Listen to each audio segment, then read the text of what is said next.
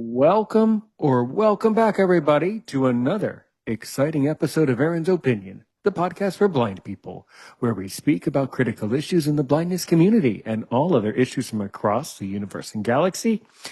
For those of you who don't know, or to our new friend, our new guest, our new person that we're interviewing tonight, my name is Aaron Richmond, of course. Apparently, considering that she's a content creator with 6,000 followers, she claims that that's not her day job. Well, we'll get to that in a minute. But I was just sort of scrolling through Facebook, as all of us do in the podcast space, spying on all the other great podcasters around the community. And I see this thing called Blindy Girl.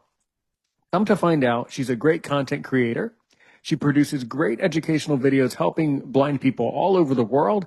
And she is just quite a character. And obviously a very kind and you come across as a very warm and upbeat and just a fascinating person to have a wonderful conversation with.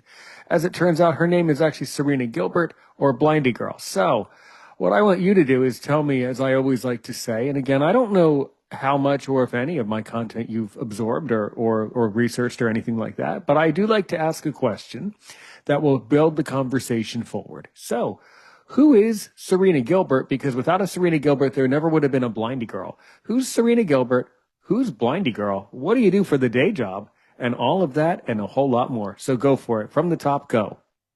My gosh, so many questions, Aaron. First of all, I did dive into your content while I was folding laundry today, and I am impressed. Thank you. While folding laundry, not. That's usually when I listen to podcasts. That's just So I'm laundry. Oh, you know that I got to be a little bit of a comedian here. So, which I do like to. I can be very silly and sarcastic. So I'm laundry material, not on the porch with the vino and the good meal material. I'm just laundry. Is that what you're laundry. saying? I'm just laundry. Okay. Sorry. All right. Well, Yep. you're being recorded. But you must have been an engineer in your past life. Like, I don't know how you spew off your intro. I'm like, oh my goodness. But anyways, my name is Serina Gilbert. Aaron asked me who I am, how I describe myself. Like, there's so many different things. Like, I'm a mom. I work full time. I do content creation. I do so many different things because I love keeping busy. So my day job, Aaron will be very surprised by this. I asked him if he wanted to know first or if he wanted me to surprise him, and he opted to be surprised.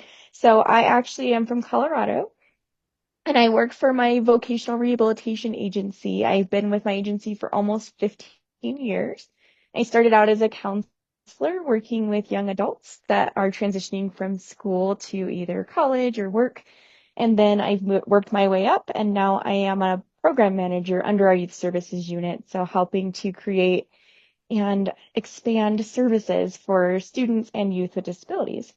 And I also do audio description quality control, where I am the blind quality control specialist that reviews audio description tracks to check for the script and narration and make sure things are clear and there's no mistakes, and to give notes back to the writer, the mixer, and the narrator. And then I run Blindy Girl as well, where I share just a lot of really, really funny, at least I think they're funny, educational material. So it's education part with humor, and then videos, and just putting myself out there to hopefully help others that are in the same situation or educate others that don't know a lot about the blind community. Oh no, Aaron's speechless. And you're doing a magnificent job of it, by the way. Your videos are so cheerful and so serious, and you go about, delivering your content in a really understandable way, but also in a really just a really natural way, just a really pleasant and a really natural way. And I think that's something that I appreciate, because I think that there are a lot of creators all over the world who produce overly produced content, and that kind of bores me. But what's interesting about what you're doing is your content is just very, very very natural, very raw, and just still very good, very high tech. Obviously, your tech skills are great, but your delivery of how you produce what you do is so good and so needed in the community. Also, I really appreciate the fact, by the way, that you're working in voc rehab for the state of Colorado. I really do. A little bit more now. Now, off air, I can really delve deeply, but I'll tell you a little bit about my background. I actually grew up near Washington, D.C., and I went to university near Washington, D.C. And I really needed when I was, well, now, I'm curious, how old do you think I am? Oh my gosh, don't ask me that. That's a loaded question, isn't it? I don't want to guess. Erin, don't make me. So I'm Okay, if I have to guess your age, then you have to guess mine. So, that's the deal.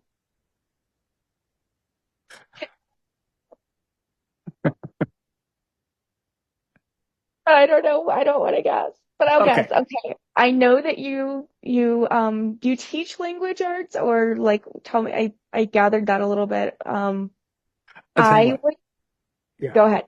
So I teach English as a second language online, and Okay. I'm a bilingual English French guy. French is my second language.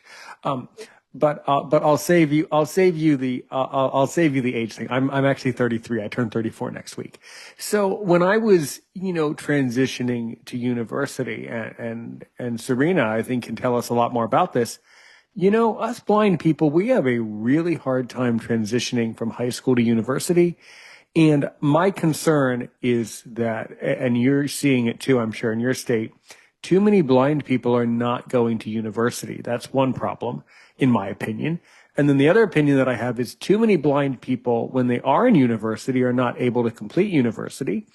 And then that just adds to the whole, unemployment crisis that us blind people have to deal with. So really walk us through, what things you're noticing as far as voc rehab goes in Colorado, how you're actually preparing people for university and the workforce. I mean, it's really important. So I'll start with a little story time. I am actually a previous client of our vocational rehabilitation system. Unfortunately, I didn't become a client until I was, I think, my sophomore year in college, for a variety of reasons. And when I transitioned from high school to college, I went to my local college here that it was just more comfortable for me and in a familiar environment. And you are completely 100% correct, Erin. And I don't know if it's unique to individuals with disabilities. I don't think that unfortunately high school is preparing our young adults for that huge transition. Um, you go from having your whole day planned out for you and having very big consequences if you don't go to class, like you get in trouble, you get, a suspension or a lunch detention or something like that. Your parents are on you because they know immediately that you didn't go to class, to a college setting where the professors don't care if you come or don't come. Like that, they're not there to babysit you. They're not there to know your accommodations unless you tell them your accommodations.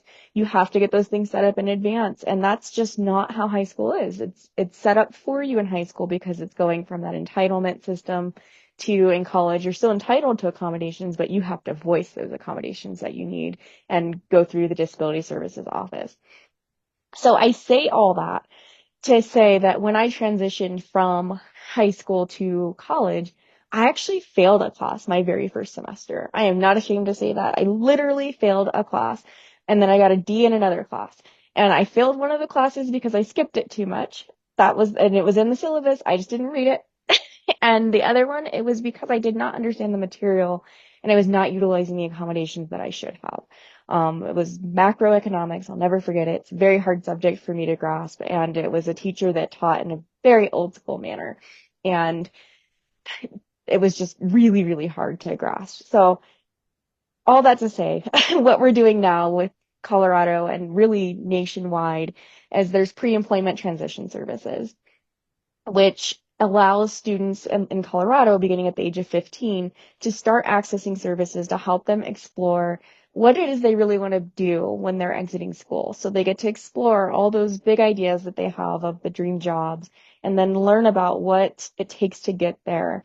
Learn about the college opportunities that are out there and what that actually will look like. If you want to be a lawyer, how many years of school is that actually going to be, and how much reading and public speaking and just all the things.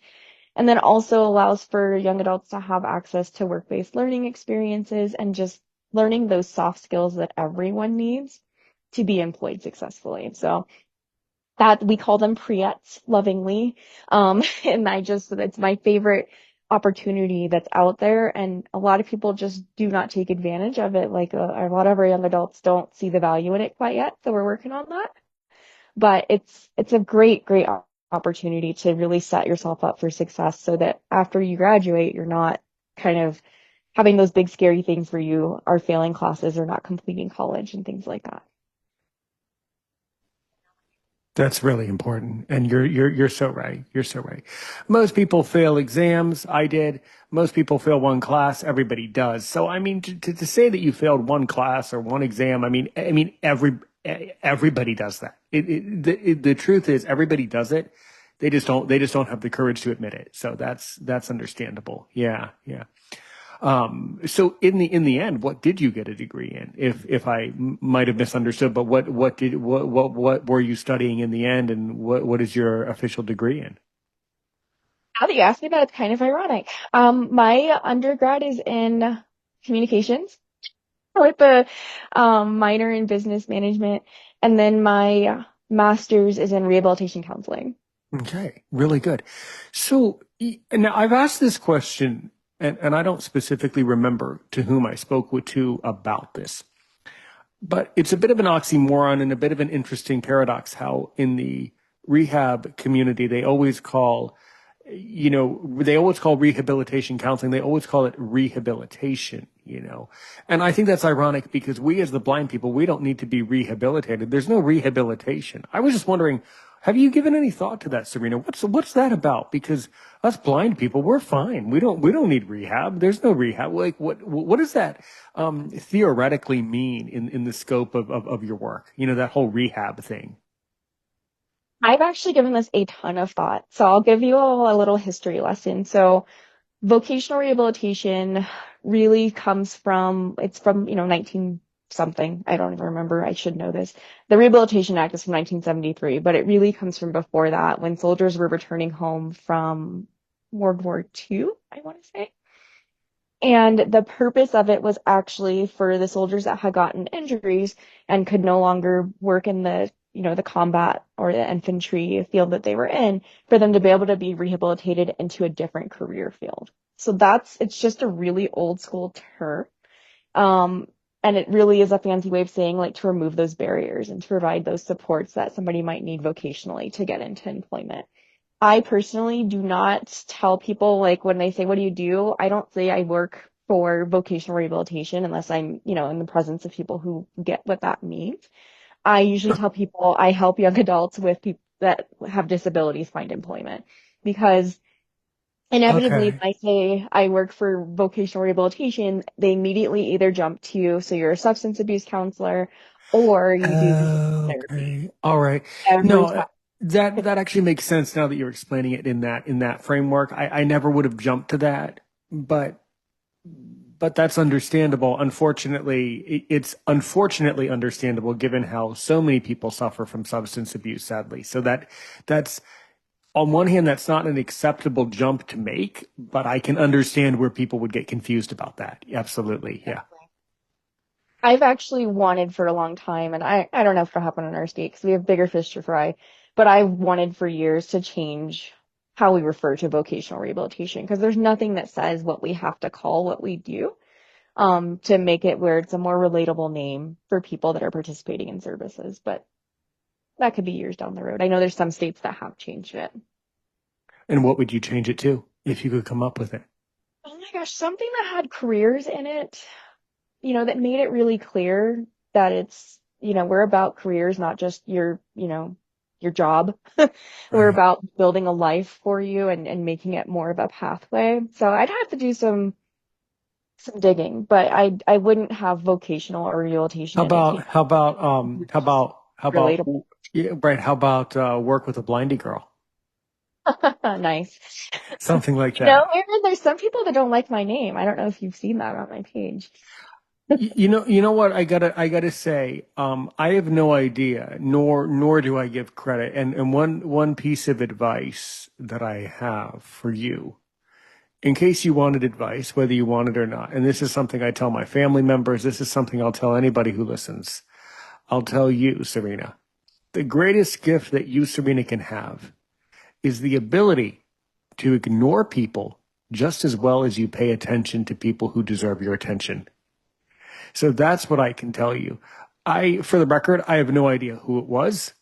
I don't know what they said on your page, and I don't mean to be blunt, but I don't really care. And it's not because I don't care about you or your page. It's because I'm not going to give some clown the satisfaction of knowing that they upset me. And that's a very subtle thing. So yes. And it should be taken, by the way, in a philosophical way, Serena. That should be taken as a compliment. You should take that as a compliment to some extent, a backhanded compliment. But no, I did see that you said something to somebody about not saying unkind things. Some people, you know, Related to my name, that one I will defend the people who support me till the why end of would the. somebody, this is it's the silliest thing. Why would somebody, why would somebody like not like your company's name, Blindy Girl? Like, what's not to love about that? I love it. That's cool. Like, okay, that's you. Like, what's wrong with, like, what was their illogical logic of why Blindy Girl's wrong? I'm just purely curious. Some You can people either, see. yeah, sure. Oh no, I am such an open book because I posted about this. Like I don't keep secrets. Some people see because I spell it Blindy, but we all know like blindy Blindie. Some people think that that's a derogatory term. Like blindies and sighties. Like It's I not. don't feel that way. Well, Aaron's opinion, well, you're on Aaron's opinion. Aaron's opinion made a ruling. It's not derogatory. Yeah, yeah. And The then end. people don't like that it's blindy girl and that I'm a grown woman. I'm like, okay, but blindy woman doesn't sound good, so I chose girl. Yeah, And no, I Blindy find Girl's cool. It's easy. It's easy to say. It's Mhm. cool. It's you. That's what Yeah, attract. Like I know this is going to sound really creepy and awkward, but that's why I noticed you. That name caught my attention. Hey, that's kind of cool. Blindy Girl. I want to know. that's what I'm doing. That's what I'm about. That's actually really cool. So yeah, what a great transition. So, okay. So you're doing all this, Voc rehab stuff. Glad that we cleared up what it is, right? But it takes a really special person like you to decide to get into content creation. And you've been asking a lot of questions about content creation, and I will more than happily answer any questions you have for me in regards to my perspective of content creation. But so, what really lit a fire under your ass to get into content creation, and what tipped you over the edge to getting into it, and how did you build up your brand of Blindy Girl? So I've always had groups that I run. So I have the assistive technology community for the blind and visually impaired. I know it's long, but it's search engine optimized. So people find it. Well, I've always, not me. I've never found it. well, now I'll invite you to it. Um, I always have had that community. I forget how many members are in there, maybe 8 or 9,000, something like that. Ooh la la. Yeah, it's a great What are you community. doing? We need to work. We need to That one's talk. been around for like 10 years Yeah, though. that's It's the it's excuse. not Oh, it's it's been around for growing 10 years. slow. Yeah, yeah. And my Blind Girl page has technically been around for over 10 years too, but it was stagnant for a really long time. And a couple Christmases ago, just one day I was just sitting there and I was like, I asked my husband, will you snap a picture of me like while I'm doing this quality control? I just want to share it. And I just started sharing more about what I'm doing and it just kind of grew from there. Um, I just really like sharing what I'm doing, to be honest. I like making people laugh. I like having people feel that they're not alone. And there's not a lot of corners on this social media earth where you can really find truly relatable content when you're blind. I know there's a lot of blind creators out there. I feel that I'm quite unique in my approach. I'm not here to be divisive. I'm here to share my thoughts and gather opinions, but I'm never gonna put someone down for their opinions unless you're being mean to my followers. Then I'm not gonna be very nice to you. But I don't know. I kind of just it's funny. People always ask. I'm like I just kind of started doing it, and I only recently started filming videos. I was terrified of videos, like absolutely terrified. Now I can just knock them out like nothing else. But I used to be terrified of just recording myself and looking awkward and being weird and things like that. But I've gotten over it in the last few Super months. cool. It's those weird videos though that are getting the most views. Like like the awkward part, like the amateur awkward part. Like if you do, like you produce professional videos, but I'm just saying if you produced a video, right? And you realize looking back on it, or you had your husband or a sighted friend look and they said, "Oh, Serena, this looks kind of amateur." And then you should say, "Well, of course, that's me." Like Yeah. it's like there's a element of, charm. It can be very charming when it's done in an amateur way, but still well at the same time. That's what makes it cool. Things that are unrehearsed and just natural. That's what gives it the flavor that it has, I mean, I'm racking my brain. I've been in the podcast business for 5 years. I started during the pandemic. But I will tell you that I've been immersed my whole life. I've been immersed by audio from day one. I was born with a congenital heart defect and many health issues. So from day one, I was listening to talk radio from day one. So I always had the ear for it for 30 years, and things like that. And then during the pandemic, I got into podcasting for many reasons that we'll get into later. But no, I don't recall really I don't really remember noticing Blindy Girl until very recently. And I don't quite know how I stumbled on it, really. It just sort of, tinkled in, as I would say, tinkled into my feed, you know. But Facebook's changed its algorithm, and I think that's what's helped me grow is hmm it's not followers based anymore. It's more like your interests. So if you're showing interest in a lot of other blind content creators or blindness related groups or disability related groups, it's surfacing other things that you might like. Like if you've gone to the feed, you probably are stumbling across people that you've never even seen in your feed before. And you're like, who is this? And then, but hmm that's most of the people who see my content now are non-followers. It's very interesting when you look at the stats. Yeah, I'm not sure it's interest based. I mean, it could be. I mean, that's a huge part of it. The other part is the reaction tray. Who's liking it and the level of reaction, right? Whether they're caring or loving. I think Facebook secretly looks very closely at that. So They maybe do. without realizing, maybe I pushed the love or care on one of your reels, right? And maybe that's how it got pushed into me like that. It is very, very ironic. What about your YouTube presence? How many subscribers are on your YouTube? My YouTube needs some love. I don't post there very much. I haven't quite figured out long form content yet. I'm just not there yet. So I've been posting some shorts over there, but it's abysmal. I'm not gonna like say it's not. Like I'm just starting to build that up. Facebook is my bread and butter. That's just where I hmm know how to really interact with people and keep growing it. It just seems to be even my Instagram doesn't grow as fast as my Facebook. There's just something special about Facebook for Yeah, me. I think a lot of it has to do with the reaction tray and that the Facebook algorithm is able to really tell and identify who is truly engaging with your content more readily, I think.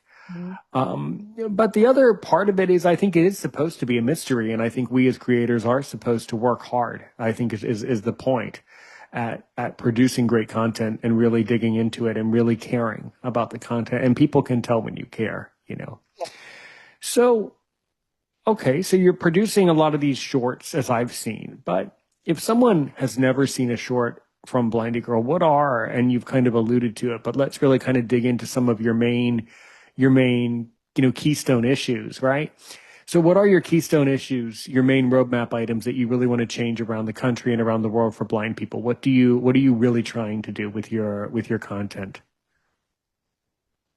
Really want anyone who has any level of vision loss to not a feel like they're alone. That especially when you have a traumatic loss of vision or it's very sudden and it can feel very, very isolating, both physically and emotionally, because just there's not a lot of people on this earth that really truly understand what is going on in that moment for that person and the different stages of grief that they're going to go through for that and that you could have lost your vision 20 years ago and you could go right back into anger and bargaining. So I really want to build a community where people feel that they can relate and be heard and support each other. Of course, employment is a really big thing for me. I want our community to understand that employment is possible and that you don't have to settle for, the disability payments that barely sustain you. They're good for all kinds of things. Like I received Social Security when I was going through college and my first job. Like there's definitely benefits to it, but it's not meant to really help you build a long-term life and a good retirement when you're done and things like that. So I like sharing content that kind of supports and encourages seeking employment or starting a business or doing the things that bring you joy and not feeling like just because you have the vision loss that you can't do them. But then the most important thing that I feel that I share is just realness. one of the reels I shared last week was, hey guys, I'm about to go to a coffee shop and I'm super anxious about it because I've never been there before. And here's all the things that go through my mind when I'm about to go. And to hear other people say, oh my gosh, same for me, same for me. Or Erin, you can probably relate to this, navigating the public bathroom. Like, well, nobody knows where anything is in a public bathroom because they're all different. I just want people to not feel like I'm the only one going through this and this is abnormal that I'm feeling anxious about going to meet my friends for dinner. Like, no, it happens to us all at some point. Absolutely. Absolutely. All these, these experiences happen to all of us. Absolutely. They do. And I think it depends too. What I'm starting to notice. So like I said, I'm 33, basically 34, right? I've been blind my whole life since birth, since day one, right? But when I was really little, like I had to have surgery, many surgeries actually, to correct my vision to some vision, usable vision, which I have now to get around. And it's pretty good. But I'm really noticing and cognitively understanding that when you become blind later on in life, that really disables you. And I don't mean that, and I don't mean that quite in that way that I said it. I think I would like to go back and kind of explain it in a different way. I wouldn't want to say that it's disabling, but I would want to say that it seems to me that people who become blind later feel very very stuck, very depressed and very sad. And you brought it up too with the bargaining, where they would want to think, oh, if I bargain hard enough or if you look hard enough, the vision comes back. Well, in some cases, in most cases, in almost all cases, it never will come back once it's lost. Yep. Or it never does. I've never known anybody to recover vision. I mean, the answer is medically, is it possible? Yes, but it's incredibly rare. So yeah, that's what I would notice is that there's a huge difference emotionally between someone who is born blind and someone who becomes blind later. So you though, so were you born blind, Serena? What's your vision, vision situation? So I have retinitis pigmentosa, so RP for short, because that's a lot of syllables.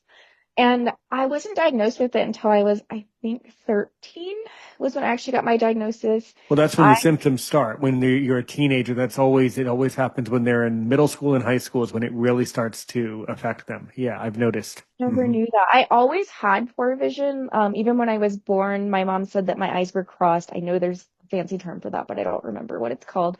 So there was a surgery for me when I was like 2 years old to Hmm. uncross my eyes. And then I've always just had poor vision. It's just always been a thing. So I'm sure there were some symptoms when I was younger, but you are correct. It definitely got more noticeable in like middle school, high school, and then especially college with the night blindness and Yeah.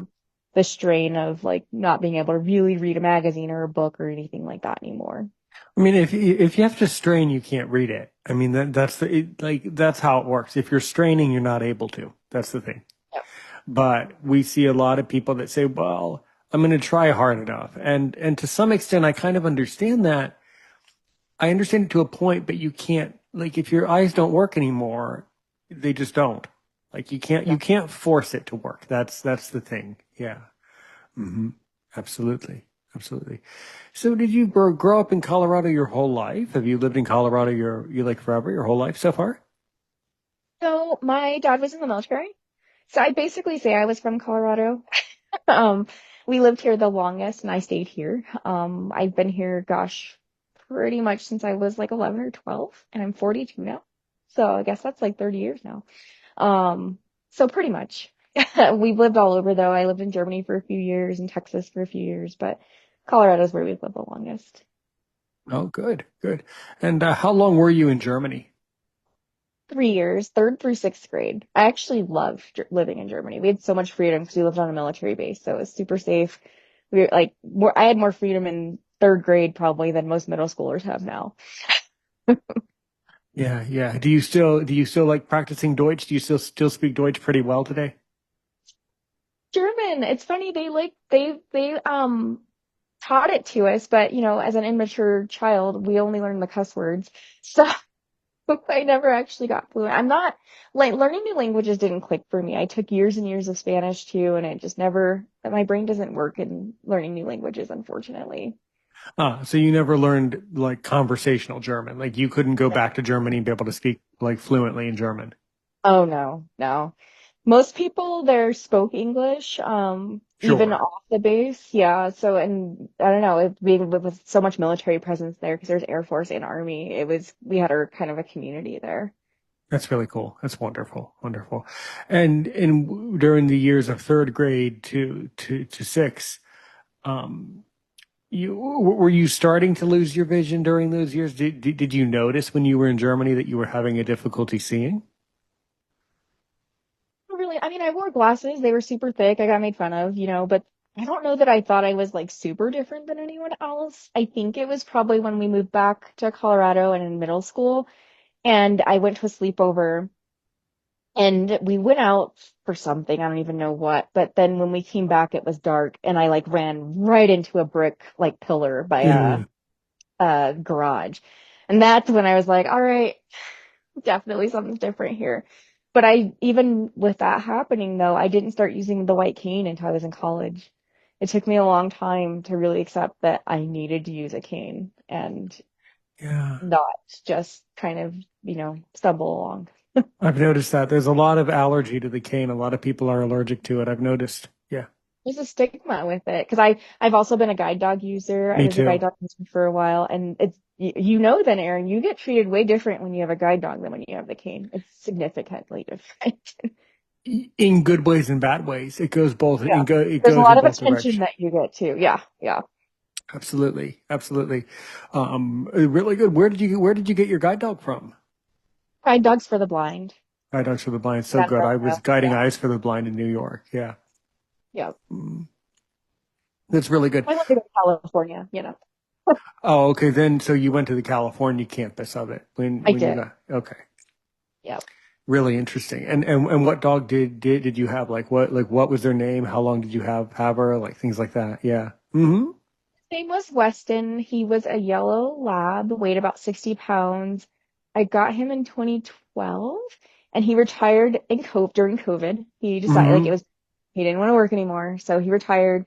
And then he was our pet for about four additional years before he passed. So Yeah, yeah, he had I a long, understand. happy life.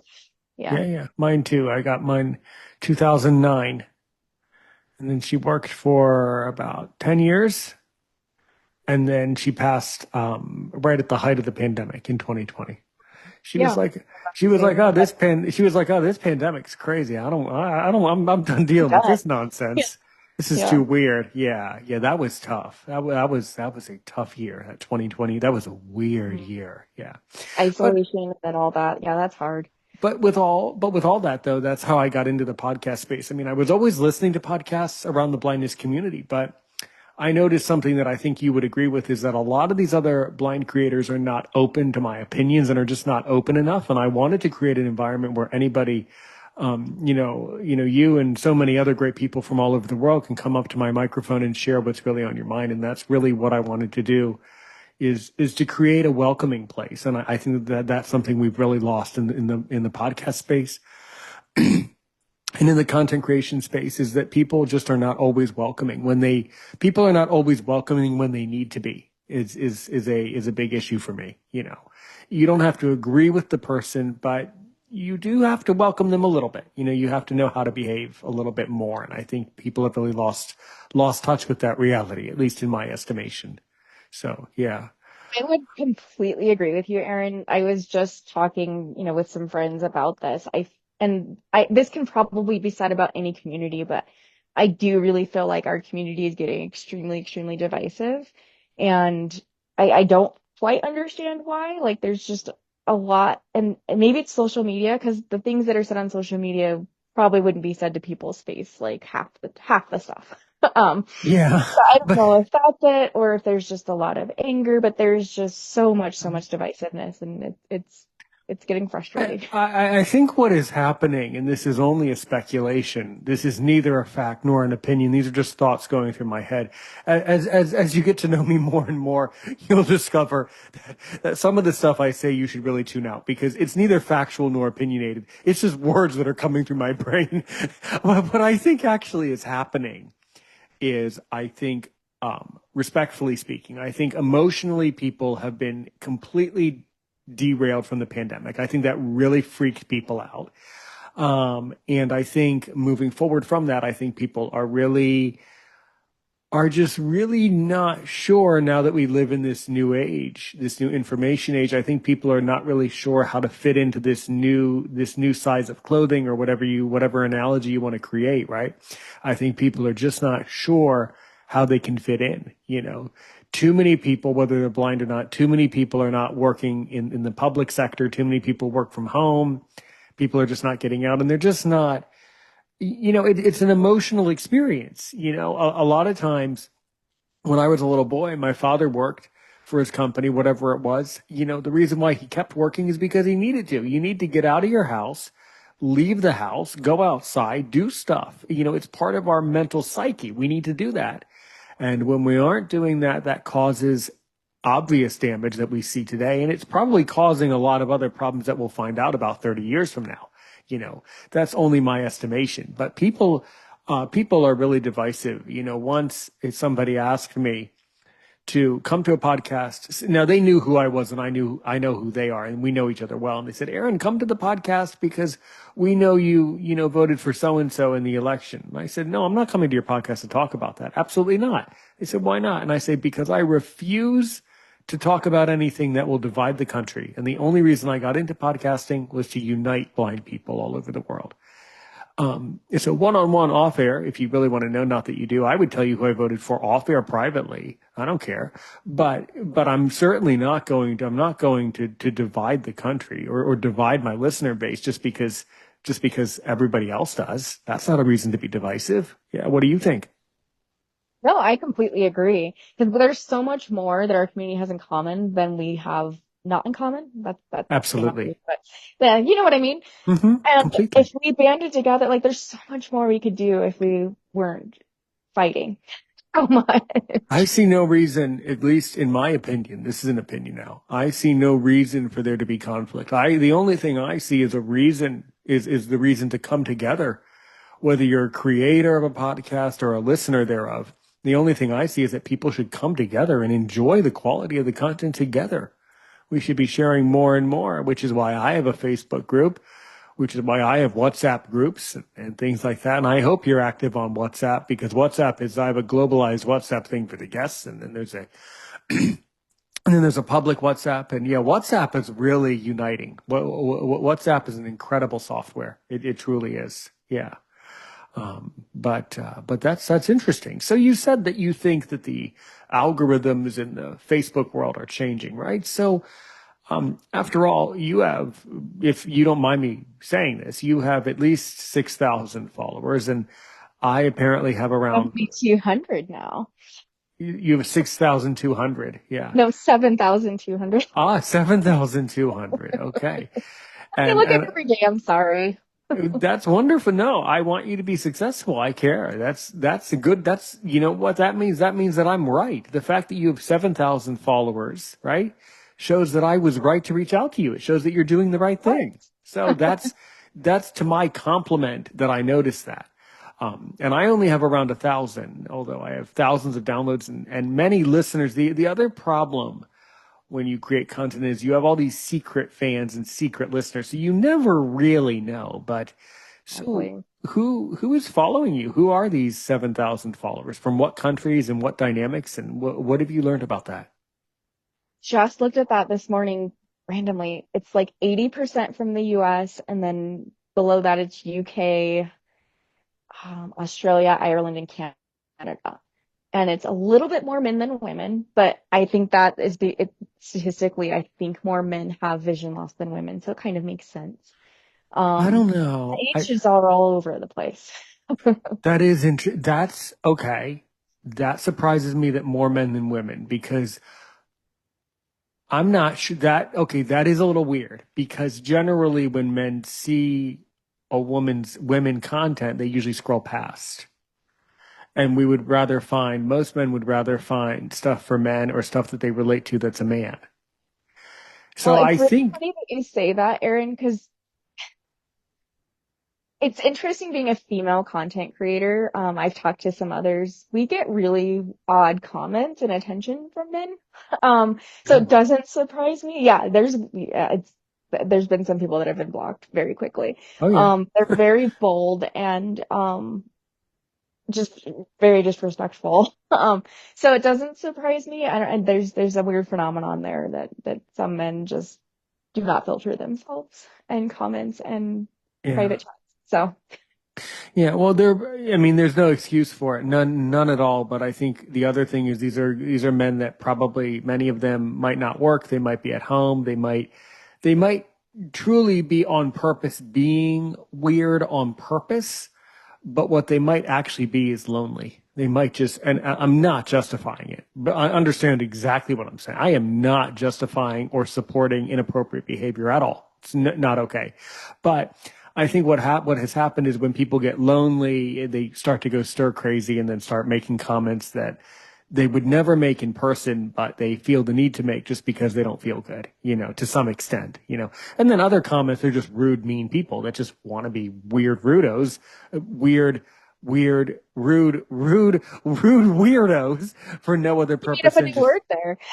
it's a weird play on words. There's some people that just want to be trolls. And I think there's a lot, I think there's, the funny thing about the trolls online is that they love being trolls. Some people just really have fun being a online problem for somebody else. Like I don't get it because that's not how I am, but some people just love it. They love the characterization there. I agree. I agree. I think that some people are just bored. And this is going to be a little controversial take, so I'm sorry, but we're going to go there.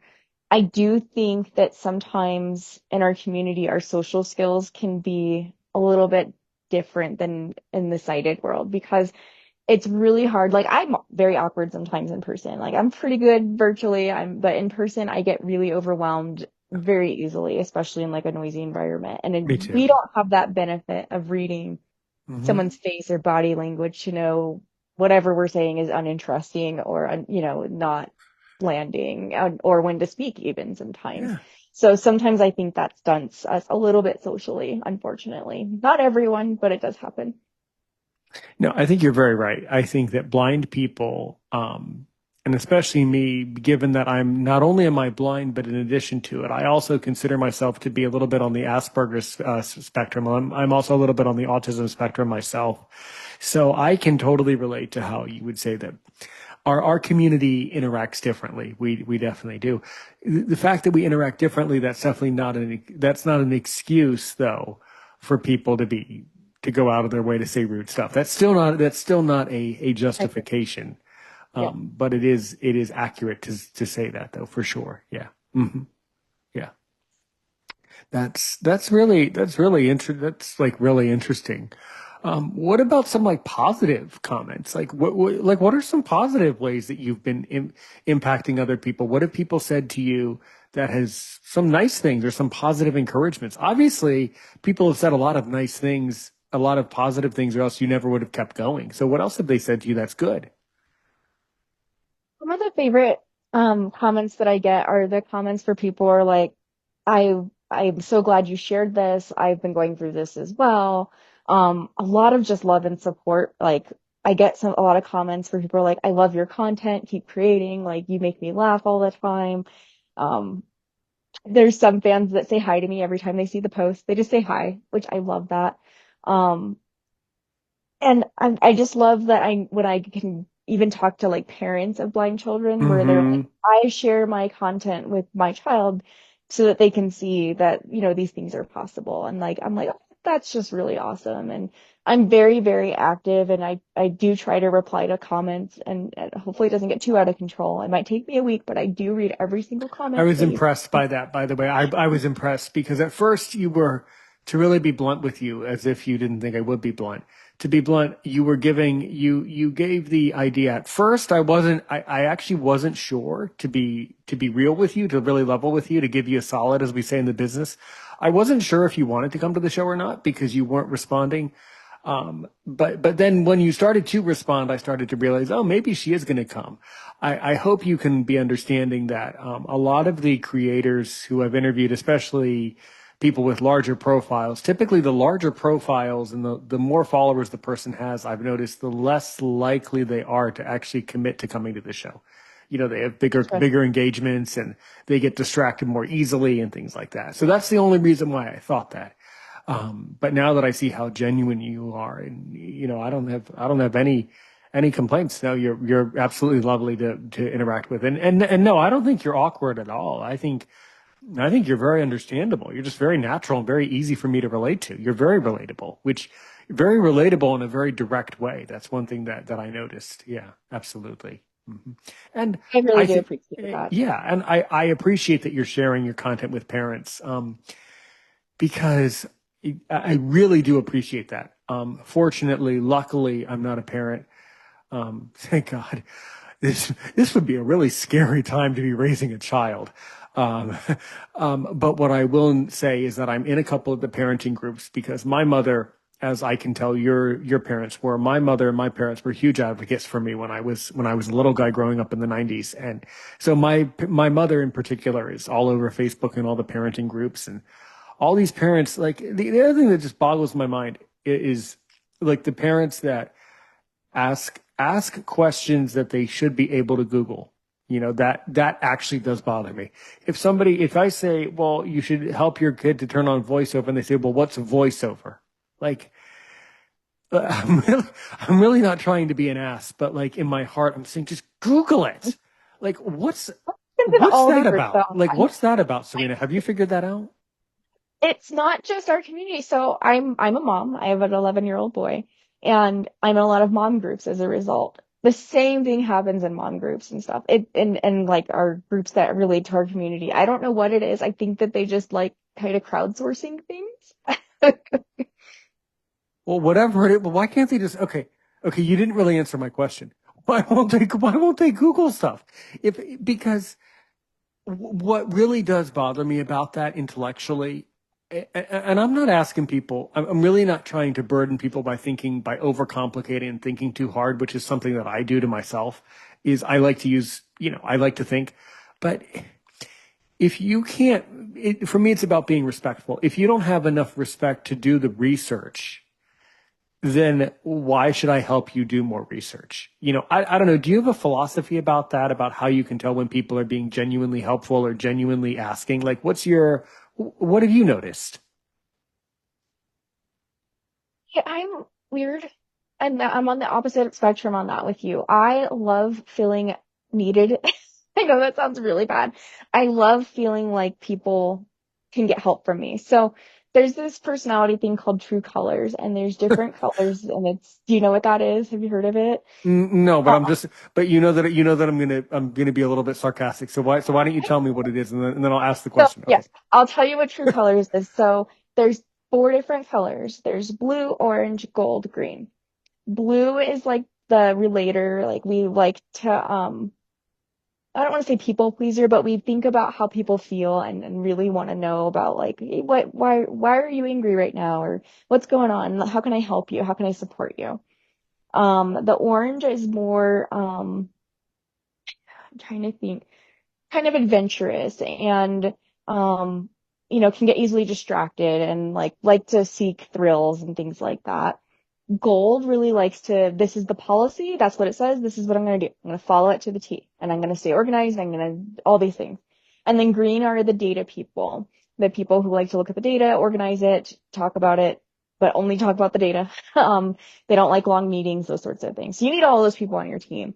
So I say all that I am the blue. Like I really like helping people, and I'm in a helping field, so it makes sense. So I don't Sure. mind when somebody asks a question like that. Like I feel like if I know the hmm answer, I'm going to tell you, and then I might say, hey, like there's a lot of resources on the web, but this is what it is.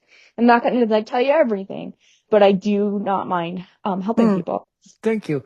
No, Sometimes that people just sheds don't a lot know. of light. That helps me to understand why people are asking. So, in other words, people would ask those types of questions in these groups not only because they want to know about what the topic is. Say they ask about voiceover. It's not that they want to know completely about what voiceover is, but they want to have a genuine interaction while learning about it. To be fair, the other answer is pretty simple. It's that it popped in their head and they were already on Facebook. They just put it there. I don't know. So you're gonna just so your default setting is just to blame the social media company, right? When people ask a silly question, just blame. I Do can play you meta, you know? do you hear yourself? I know. But it happens all the time, Erin. It's not just like our community. Like it's every No, you're Facebook right. segment. There's so many Googleable and chat GPTable And questions now. I'm not understand. Let me rewind my brain. I'm not saying, I'm not shaming, although it sounds like I was. I'm really not shaming people or making people embarrassed or feel bad about asking questions. But what I support is people asking questions after they put forth a good faith effort to learn about it themselves, right? That's kind of Fair. my thing. If you come to me, Serena, and let me give you an example. If you come to me and ask me a question on Facebook, Aaron's opinion, I want to get into podcasting. How do I do it? I might give you some information, or I might say, well, why don't you research it and come back to me? And then if you researched it and came back to me and said, Aaron, I want to get into podcasting and I want to have a Shure MV7 Plus microphone and I want to use Spreaker as my host and I want to connect with YouTube and build an email list. And then the next sentence is, so do you think I should get into podcasting? I would say yes, because you've done the research. Yeah. That's what I Yeah. mean. Yeah. That's exactly what I mean. So for stuff like that, I would want people to try a little bit more. For me, it's about showing the self-respect to do the research to show me that you care enough for me to answer. For you, okay, totally fine. It's about that you genuinely care about making the person feel better, which is also good. Let's balance it out. I'm more of a green and gold, you know. Yeah. We need everyone I'm in there. Yeah. Oh, for sure. For sure. Yeah. And it does depend on what they're trying to research and things like that. For sure. Yeah. So you have an 11-year-old. Did you say you have a son or daughter? That was fun. A son, yeah. What Yeah. is it? I know I've never asked this really awkward, this is gonna sound kind of like a silly question. So um everybody asks you this, and I'm sure you have a speech prepared. So since I've never actually asked a blind parent, so what's it like being a blind parent? What are some things that you've noticed and observations and some statements you can make about being a blind parent today? The same thing as I did whatnot. I'm just kidding. It's really funny that you asked this because my sister just had a baby 3 days ago, and she is like, Congratulations, by the way. yes, I'm Beautiful. so excited. She's the only girl on the, well, we're so excited. But some of the same anxieties that she has, I had. Some of the same anxieties I had, she has. She's like, how do I change her diaper? How do I do this? I'm like, they really trust me to just take her home and take care of her. And yeah, you'll be okay.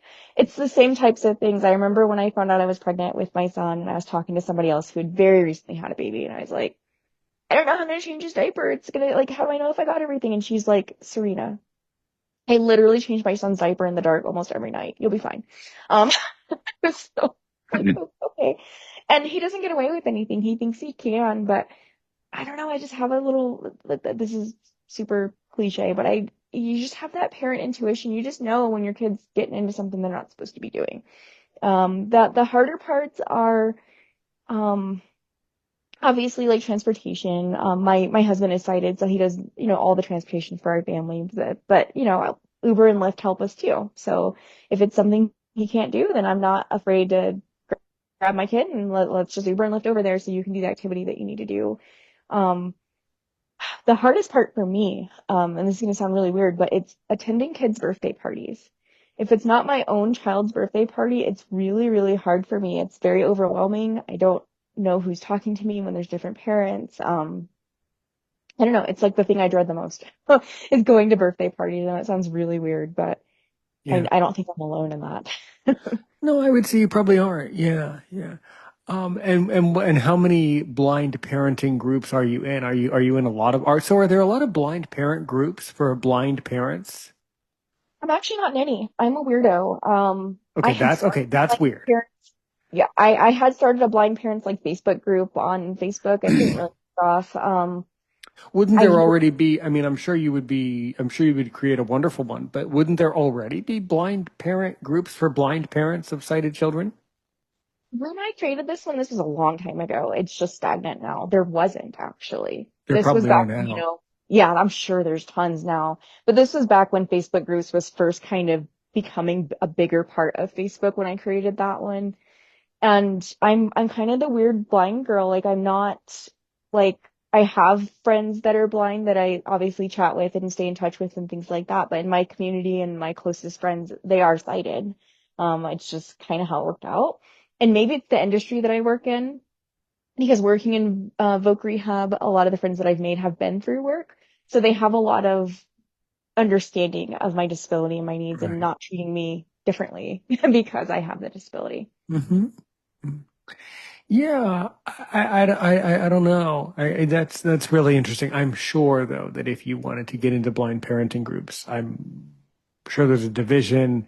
NFB would have some sort of a division. Not that I'm a big NFB or ACB. I'm kind of neutral about that. I'm neither really, I kind of hover between those two organizations really and see all the stuff they put out. But I'm sure that NFB has a blind parent group. I'm positive they do. After all, they have NOPBC, which I'm in that, and so is my mother, National Organization of Parents of Blind Children. So here's kind of a question that I've never asked. So given that your son is sighted, correct? Yeah. So have what has been like the craziest question that like maybe a friend of your son has asked you about being a blind person? Like, do little kids like I've never really given it any thought, but like, do little kids like notice that you're like the blind mom, and do they ever like ask questions, like good questions about blindness? Like, do they ever think of good questions to ask you? Funny, kids are pretty oblivious sometimes because they're in their own world doing their own activities. Um, like they'll come to me and be like, Trey's mom, can you look at this? And I'm like, hey, dude, my eyes don't work like his. Like you guys, oh yeah, okay. So they just don't, because That's usually, sweet. I'm See, in my that's own house, good. so That's I'm not actually using my cane. encouraging. Yeah, I'm not like using my cane in my house, And even my nephews, they'll forget. They'll be like, Auntie Serena, look at this. And I'm like, you gotta explain it to me, guys. Like, I can't see it, That's, you know what I think? I think that shows that you're very well adjusted to having RP. And I don't mean that in an insensitive way at all. I think that I think you're very comfortable in your own skin with RP. And I think that's a good thing actually, to show that they actually don't really notice the blindness and are oblivious to it. That shows that it's not really that shows me that your blindness doesn't disable you and it doesn't define you. So I think that's a compliment. I think that's very sweet and Mhm. very good. But after they do notice that you're blind, do they still ever ask you questions? Like, do they ever do little kids wonder about that or not at all? Be like, so can you see me? Can the things Yeah. like that. But the only question I remember, and I don't even know, it was in my 20s when I got this question, and it wasn't a young adult. I think it was another individual with a different disability than my own. And I was at the bus stop and I had glasses back then because they did help at least stabilize my eyes a little bit and not have so much astigmatism and things like that. And I had my cane and she looked at me and she was like, if you're blind, why are you wearing glasses? But Fair that's a question. good, that's a Yeah. so why don't we explain, right? It's cute to laugh about it, but why don't we explain that, right? Why don't you explain it? Because that's actually a really hard thing for people to understand. So definitely explain it. Why do we wear glasses? Literally only 10% of individuals that have, that are considered quote unquote, we'll say legally blind. I don't really like that term. I don't know why, but um see like nothing at all. The rest, they see maybe light perception, object perception or detection, whatever they call it. Or maybe they're low vision and can, read print, but it's large print, but we can't drive. Or, there's just such a spectrum of the different levels of vision loss. Like some might lose their central vision, others might lose their peripheral, like me. It's so many different things and so many different eye conditions. And sometimes glasses are even for protective because of sensitivity. Like there's just so many different things, Aaron. You know that. Yeah. That's exactly right. So the answer, in case it wasn't clear, and it's really hard for people to get it, blindness is a spectrum. You know, Yep. that's why I think with other health conditions and other disabilities and other abilities that have less of a spectrum don't have this whole spectrum issue that blindness has. You know, blindness is a beast because of the spectrum, because of the variability. And with other things, although there's certainly variability, um, and I'm sure we'll get a lot of creative comments about this, but other disabilities certainly have variables and variability. But blindness is tremendously variable, you know? Yeah. What did you have to do? I'm just curious, like, what did you have to do now back to your work in order to become a voc rehab counselor? Like, when you were taking classes about that, like when you were learning from lecturers and professors about voc rehab, and, what is the attitude that they portray in the university setting to other people who are sighted about blind people? What are some of the social things you're noticing that they're portraying? It's actually really interesting. So when I got my master's, I got it, I think I graduated in 2011, I want to say. Um, I did it online mostly, and then there Hmm. was a couple of in-person like seminar kind of things over the summers. And when you're going through the rehabilitation counseling degree, it's kind of, I'm just trying to think of the word, like you learn a lot, but it's not like it's not like how it actually is when you get your first state Well, vocational what are you rehabilitation. doing? What are you doing? Just clicking by, Like filling out the quizzes? you What do you you do? learn you learn a lot about like medical aspects of disabilities and like counseling theories and career counseling theories and assistive technology and things like that. But the way that you practice it and learn about it in school, it's like, hey, this is a 52-year-old male. He had a traumatic brain injury, and that's it. Like, that's the only disability he has. In the real world, when you're working with people, it's rare that they have just the one disability. There's a factor that it's maybe he's got the traumatic brain injury and a hearing loss and some PTSD because of the traumatic brain injury. Like there's just so many different things that all intermingles that they don't quite teach in school. It's also theoretical there. And then you get in the real world of this is what I'm going to be doing for my work. And, you learn it in your internship and your practicum and you're like, okay, this is very different. Um, they also don't teach you a lot of how to work with youth, which was my specialty. I loved working with young adults. I still do. And that expectation that the young adult, they're going to change their mind like 100 times, and that's okay. They're going to lose their jobs sometimes. That's okay. Like, we're here to support them. We're here to give them that safe place to try and fail. They don't talk a lot about transition stuff in the master's program, which hopefully that changes. I mean, like I said, I graduated like, 14 years ago. And that was before pre-employment transition services. But now half of the people that we serve are 24 or younger. Like that's a lot in Colorado to be serving that many that are 24 or younger. And we have to have those skills to work with younger adults. So, That's I mean, that's it was a saying a great lot. program. I learned a lot about a lot, but it's different in practice for Look, sure. the fact that you're having to provide services to people that are younger, these young adults, well, that should be a clue that we're not doing. I mean, I'm glad you're providing services.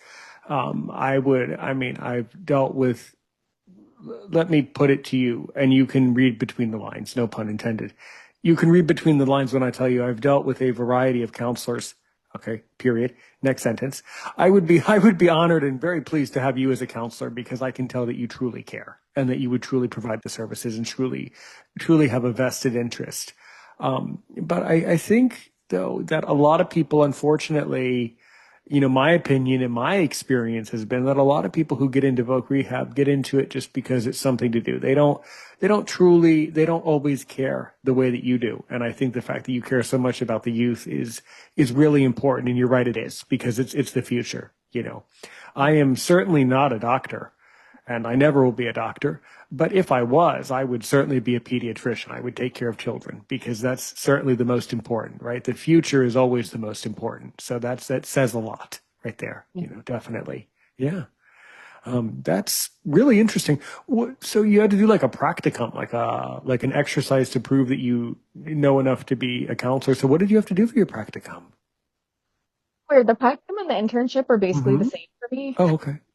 So it's just when I started working and back when I started working for DVR in Colorado, you could actually be hired on as a full-time employee with 85% of your degree done and be hired on like as a full counselor as long as you finish your degree. So I did my internship and practicum was essentially my first year of like actual work. Like I was a full counselor.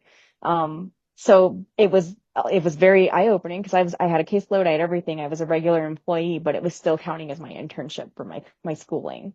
Mm-hmm. Mm-hmm. But they were one and the same for me, kind of just all together.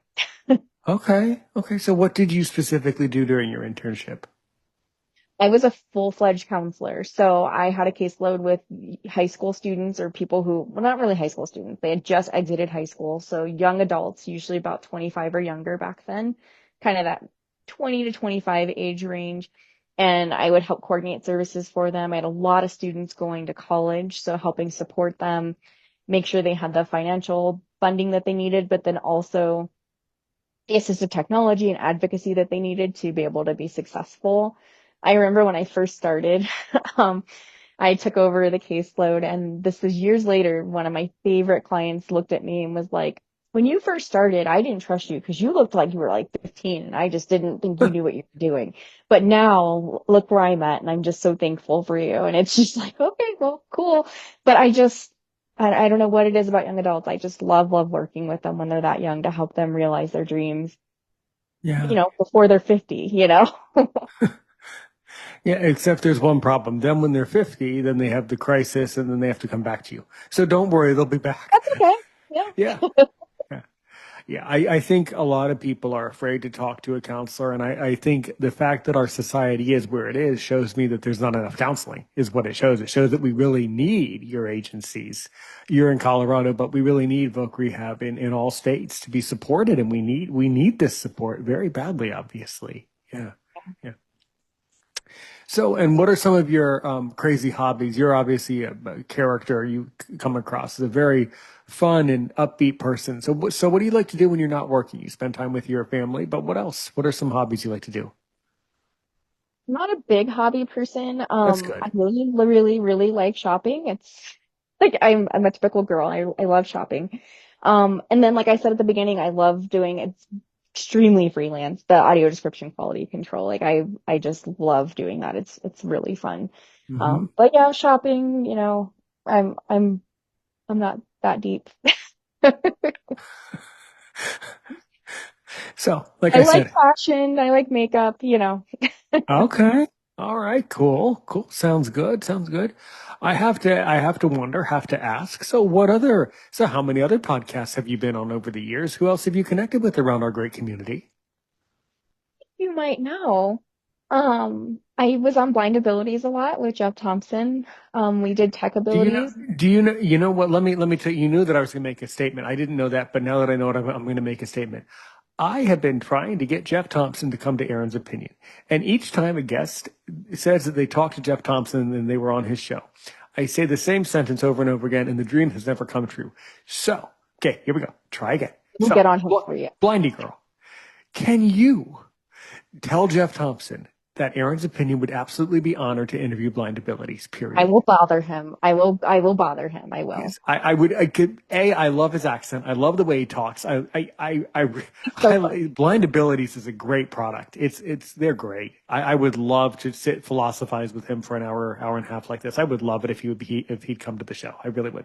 How did you get in touch with him? I'm just like, how did he find out about you? How you found me? It was back in the day when Twitter was, way more active. By the way, He it's found me pronounced on Twitter. X. Well, back then it was Twitter, though. Yeah, that's That's true. how long ago.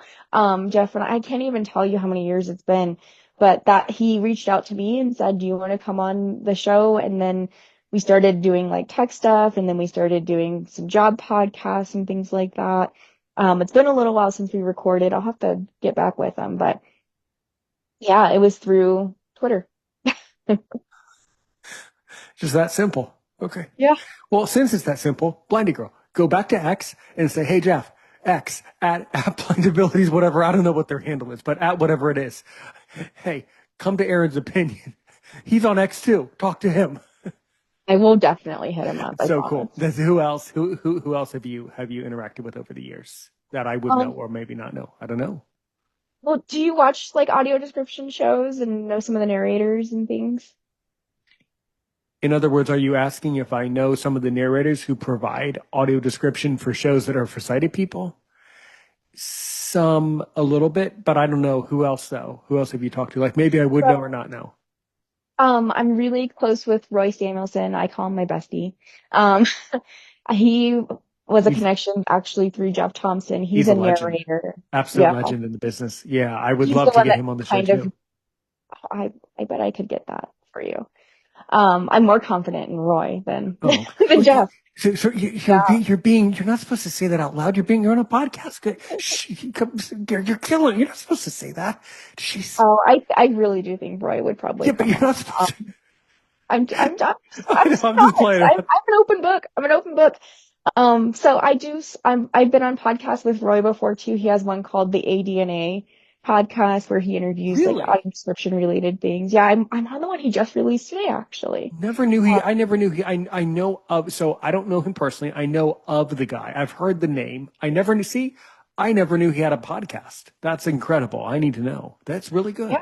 Yeah. Yeah, it's the Audio Description Network Alliance is the Hmm. title that it's all under. And like I said, he just released one. It kind of has a really cool announcement on it. I'm just going to leave it at that. But just something really Mm. cool that I'll get to participate in on a panel in July Oh, that's really in San cool. Diego. I'll just say that it's in July.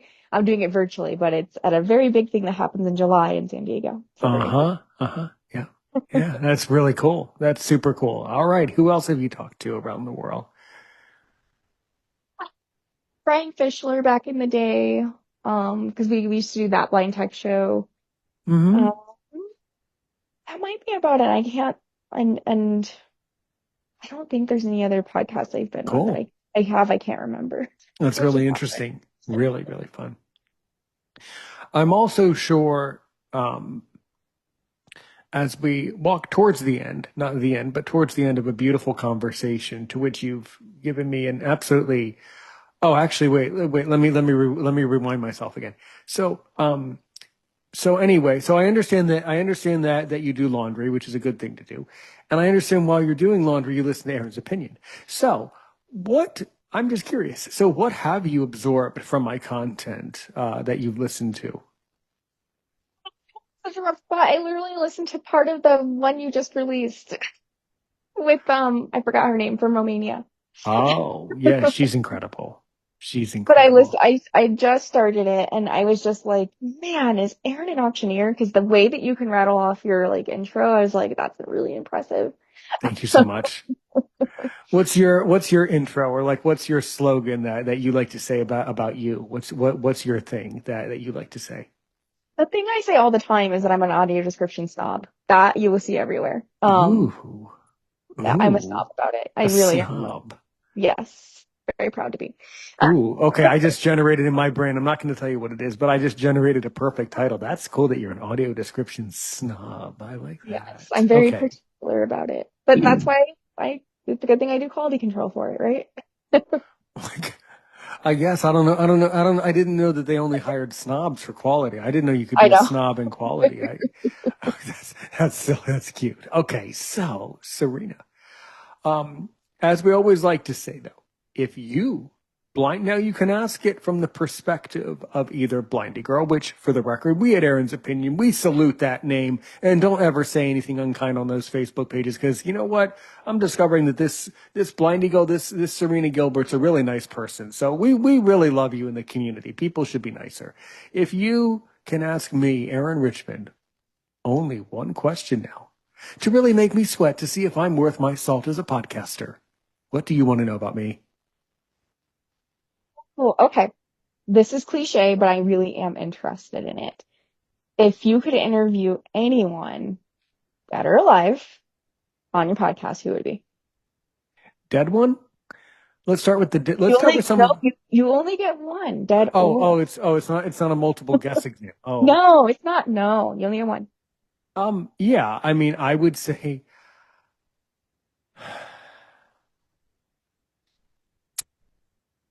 it's hard because it's hard for a good reason because there's so many wonderful creators. It's hard to pick one. The answer I would give is that I would love to interview the people that I love interviewing are people like you, people who are real, people who really show me that they care and are kind and truly care and truly connect and truly plug in, you know. So those are the types of people that I want in my corner, like you. Those are the types. But people who really want to be here, I'll tell you, I only really want to interview people who really want to be interviewed. So if somebody in the future really doesn't want to be interviewed, that's fine. But I really don't want to interview them either, you know. So that's kind of my philosophy about life is that if you really want to be here, I'll listen to you. If you really don't, that's okay. And that's kind of my philosophy. Yeah, Yeah. that's fair. Yeah. Although you kind of weaseled out of it a little bit, I'm just gonna say. Well, I kind of have to weasel because you know why? Because I want to give the world the impression, which is a true impression, that everybody's welcome, right? If we start naming people, then that actually makes other people feel unwelcome. And I've been made, you see, the reason why I intentionally weaseled is because I've been made to very recently, I'm not going to tell you what it is because I'm past it now, but I was in fact made to be felt. Other people have made me felt, or other people, how do I even explain it? Other people have given me the idea that I'm not welcome. And I really don't like being hurt that way. So that's kind of why I really want people to be comfortable talking to me. I really want to have conversations and I really want people to be comfortable and welcomed. And that's a very subtle thing that I truly believe intrinsically. So yeah, that's me as a person. There's And nothing that's worse than feeling like you're not welcome in a place that you're going to, and especially physically considering or digitally. how much I care about the community and what a vested interest I actually have in the podcast space, you know, especially that really, you know, that really traumatizes people. You know, you'd be surprised. I mean, you know this, but you'd be surprised to know that when people are hurt in that way and feel that they're unwelcome, that really does affect people very much. Yep. So yeah, that's really, really, really fascinating. If someone wants to get in touch with either a Serina Gilbert or a Blindy Girl, how can those people be reached? I am most active on Facebook, like we talked about. So I would say connect with me on Facebook. It's Blindy Girl, spelled a little different. BLINDYGIRL. I also have an Instagram. It's at Blindy Girl Official. Someone took Blindy Girl. I don't know who that is, but it's Blindy Girl Official is my Instagram. YouTube is also Blindy Girl. I don't t I do have like my personal profile on Facebook, but I prefer that you connect with me on my Blindy Girl. Cool, cool, absolutely. And we'll certainly talk off air about these things, but we'll definitely give each other a follow over there, and I'll definitely see what's going on your Instagram. You notice that the Instagram was not quite giving you the push that Facebook has. So, but no, we'll still get connected on the socials. On all of the Absolutely. I don't do TikTok though. I have a TikTok and I struggle with putting content on a platform I mean, that's it's all, yeah, it's a little weird. It's all very similar. It's nothing, with everything you've already accomplished, TikTok would not be out of your wheelhouse. It's not anything too complicated. It's just at this point, I would say that if you feel the pull towards Facebook, just keep on doing what's working is what I'm going to say. Because then with TikTok, you have to build up the following and it's a little bit, well, that's another environment. TikTok is like another environment kind of, but it's very similar to Instagram and it's very similar. yeah. Yeah. Absolutely. All right. Please don't hang up. Well, I want to talk to you for just another minute. But Serina, Blindy Girl, it's been an absolute honor and pleasure to welcome you to the Aaron's Opinion family, the family and the podcast where you and other blind people are forever welcome. I want you to understand that Aaron's Opinion welcomes you. You are forever welcome and you'll never lose my support because you're doing the right thing. So thank you so much. And of I'm course, gonna ask you to come back, right? say it again. What? I didn't catch it. What? I said I'm gonna ask you to come back on. Like we'll have to think of some cool topics, but you're awesome to just chat with. So this Thank you so probably much. won't be my last time chatting with you. Oh, so wait a minute. So that's pretty good. So in other words, you want to come back to my podcast so that you can talk to me about the stuff you want to talk about? There's endless topics, Aaron. We can find things. That's so cute. That's because usually the other person would have a podcast and they would invite me to I their don't have a podcast. I know, so you'll invite yourself back. Yes, I'm just inviting myself back. That's how I go. Yeah, that's how I roll. That's adorable. So that's other podcasters. Yes, you can come back for one. For another, that is so cute. So you're basically bumming off my podcast. So you want to bum off my podcast. So you don't want to do the research to create your own, but you want to bum off of mine? Yep, it Love works. it. Well, I should warn you that I think you should create your own because you have a bigger audience than me. So I think you should work with me to create your own thing. Okay? All right. All So right. much. You know this. That's a blast. That's absolutely adorable. I loved talking to you. Absolutely. All right. Well, absolute wonderful pleasure to have you on the show. And of course, connect with her, as she says, click the link in the description. And of course, seriously, Blindy Girl, you're forever welcome on Aaron's Opinion. And until next time, everybody, keep creating all that great content out there. And until next time, and trust me, there is a next time. Until then, help one person today. Help 1 million people tomorrow.